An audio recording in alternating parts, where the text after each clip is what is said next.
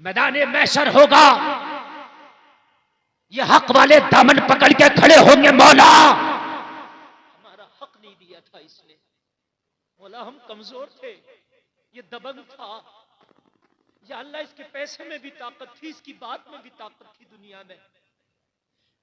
जब बात पंचों में आई थी तब भी इसी किसी कही गई, जब बात केस कोर्ट कचहरी की आई तब भी यही जीत गया था।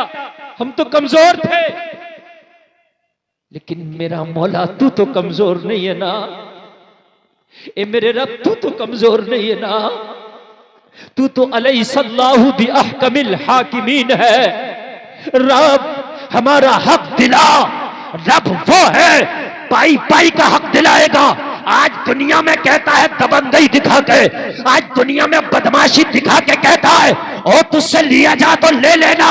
खुदा की कसम ये गरीब दुनिया में तो आह भर के रह जाएगा, हाँ नहीं ले सकता, मगर मरने के बाद तू देगा, तेरा बाप देगा। तेरा बाप भी अगर मार के गया होगा ना किसी का, वो भी देगा। तू इसलिए देगा कि दिलाने वाला खुदा हो। हक ना मारो यारो किसी का। किसी का अगर हक आ भी गया ना तो प्यार से दो, वो ना ले तो उससे मोहब्बत से दो, जबरदस्ती दो।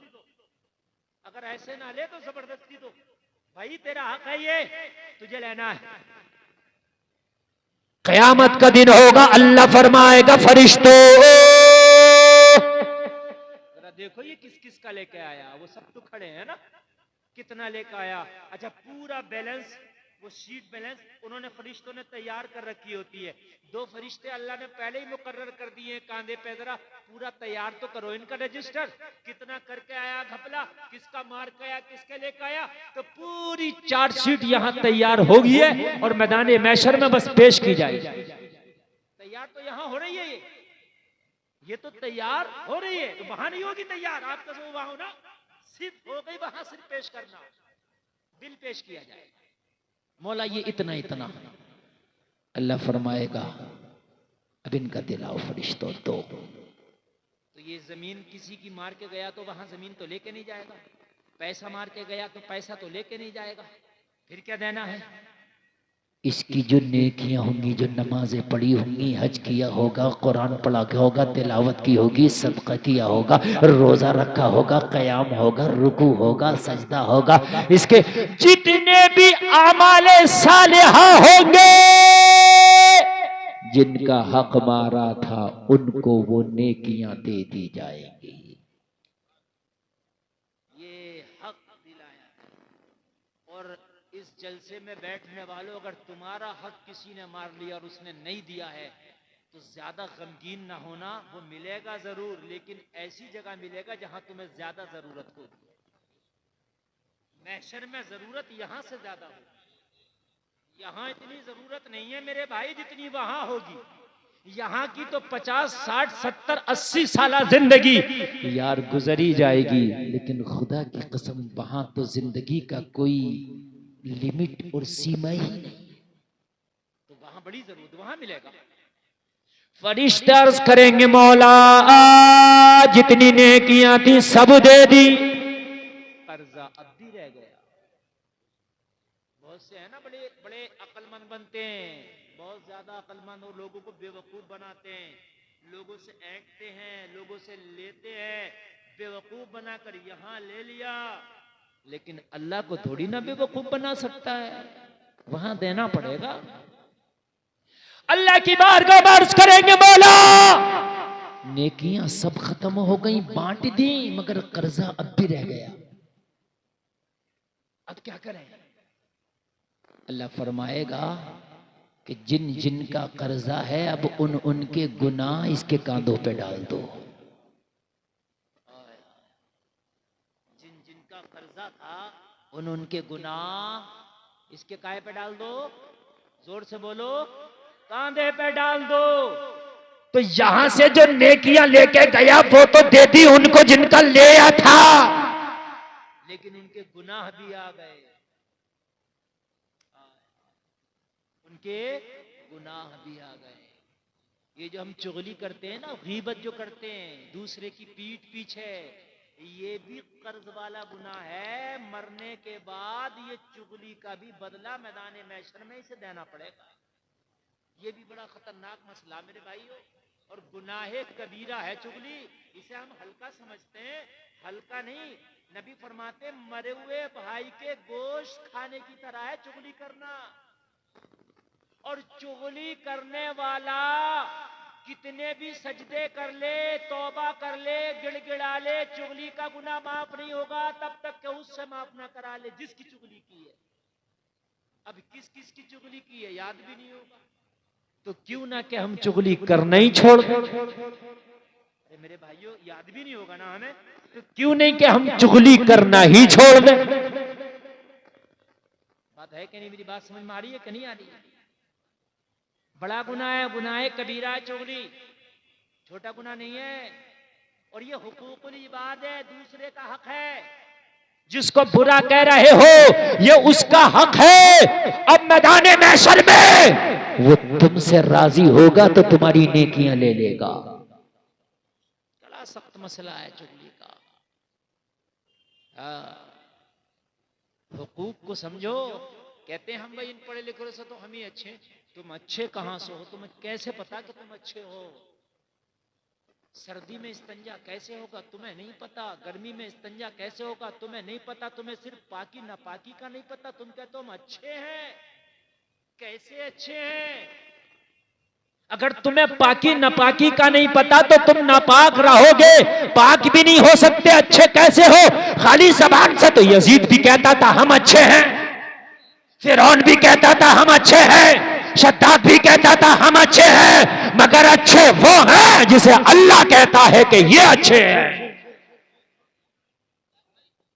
अच्छे वो हैं जिसे अल्लाह कहता है। बात समझ रहे हैं आप? आपने सुना होगा, मैं वाकया नहीं सुनाऊंगा मगर इशारा करूंगा। कारी साहब तवज्जो फरमाएं, आप लोग मुकम्मल तवज्जो करें आज, क्योंकि मेरा मौजू खुशक है ये। और खुशक मौजू में जो है ना, बड़ा दिल वाला ही बंदा रुकता, कलेजे वाला ही रुकता है। हमें तर जो मौजू होता है ना जरा, तो उसमें नमक मिर्च वाला जो होता है ना, तो वो आदमी खाली मुड़ी भी बैठा रहता है। लेकिन ऐसे मौजू में ना शैतान नहीं रुकने देता। शैतान को पता होता है इसने रुक लिया तो इसकी तो यार आखिरत बन जाएगी, ये मौलवी तो इसको यार आखिरत संवारने में लग गया, चलो उठा के लेके चलो। किसी को सर्दी के बहाने से, किसी को इस्तंजा के बहाने से, किसी को किसी बहाने से, मगर आज लाहौल पढ़ देना और अपने दिल से कह देना आज नहीं जाऊंगा। रूह की ग़िज़ा तो आज के जलसे में मिली है, आज नहीं जाना। गौसे आदम के अब्बू ने जो सेब बहता हुआ खाया था, क्या वो बेवकूफ थे जो 12 साल तक बाग रखाया था बदले में? आप मुझे बताएं। और एक बात और सुन लें, ये मुफ्ती आने के नाम बैठे हैं, आज एक आपको और बात बताऊंगा। जो गौसे आदम के अब्बू जी ने सेब खाया था वो जायज था खाना उनके। अगर जाकर के माफी नहीं मांगते और अगर 12 साल तक बाग नहीं रखाते तो शरी एतबार से जायज था। फिर क्यों किया? तो फतवा ये कह रहा जायज है, मगर तकवा ये कह रहा कि जायज नहीं है। कभी कभी फतवा इजाजत दे देता है, मगर तकवा उसकी इजाजत नहीं देता।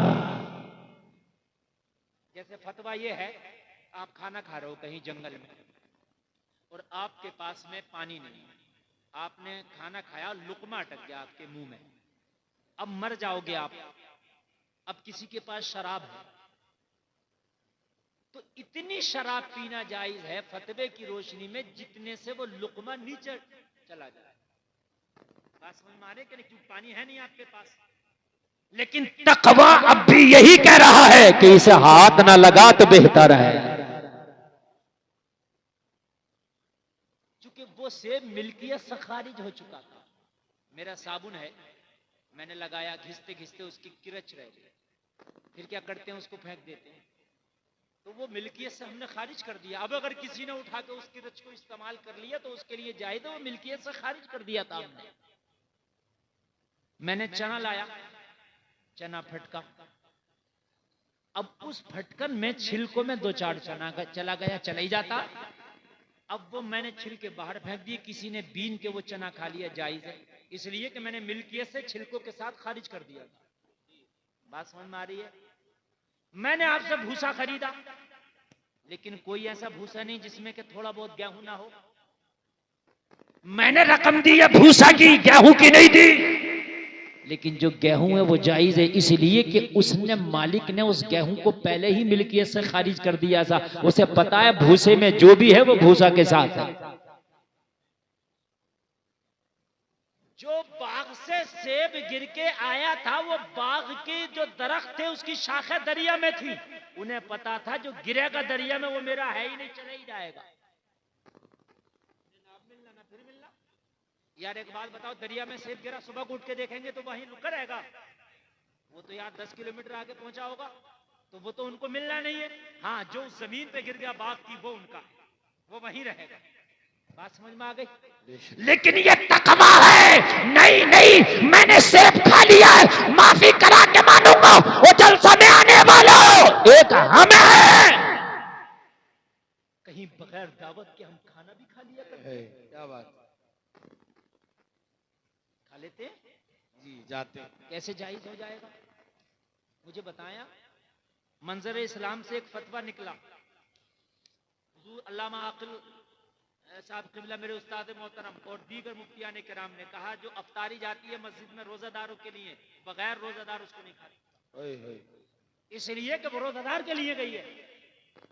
अगर हाँ उसकी नियत ये है कि रोजादार और बगैर रोजादार सब खाएं तो अलग बात है, लेकिन अगर रोजादार के लिए इफ्तारी है तो रोजादार ही खाएगा। हमने देखा है, नाम है इफ्तार पार्टी और खाते हैं बगैर रोजे वाले ज्यादा। हक बात। मैंने खुद देखा नेताओं की इफ्तार पार्टी में, वो नेता जाते हैं जिन्होंने जिंदगी में कभी रोजा नहीं रखा। मैंने देखी मुलायम सिंह की इफ्तार पार्टी, रखा होगा कभी रोजा? बताया। और यानी कितने नेता बता रहा हूं, खुदारा अल्लाह से डरो यार, किसे धोखा दे रहे हो? क्या अल्लाह नहीं जानता कि तू किसकी रोजा पार्टी करा रहा? तू दिखावे कर रहा है ये।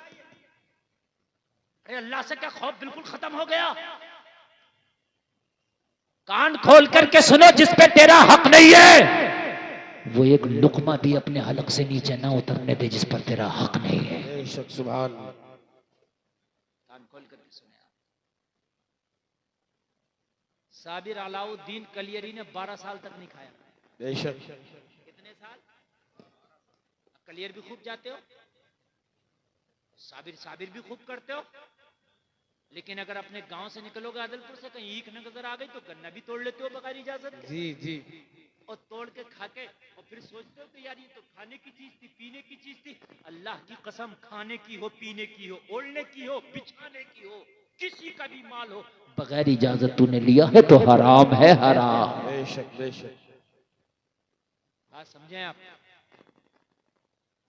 और जलसे में आने वालों बुजुर्गों का हाल सुनो, बुजुर्गों की जिंदगी पे जरा नजर डालो, जिस पर हक नहीं फाकों पे फाके हो रहे हैं, मगर खुदा की कसम कभी हाथ नहीं लगाया।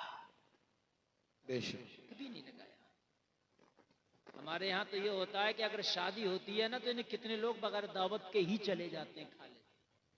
ना जाया करो यार, ना जाया करो। और एक बात और सुन लो आप,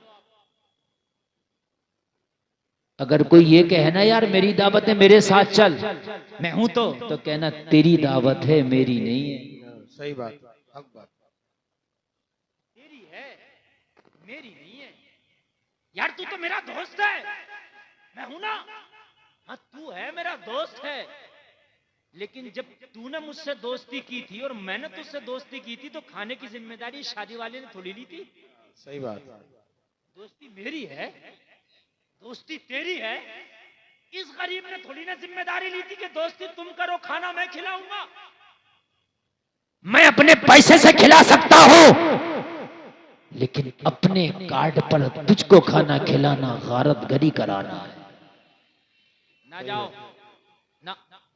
और खाने पीने के मामले में तो जितना हो सके एहतियात बरतो, इसलिए कि जो खाना खाओगे उससे खून बनेगा। हराम का लुकमा खाओगे तो क्या खून हलाल का बनेगा? सही बात।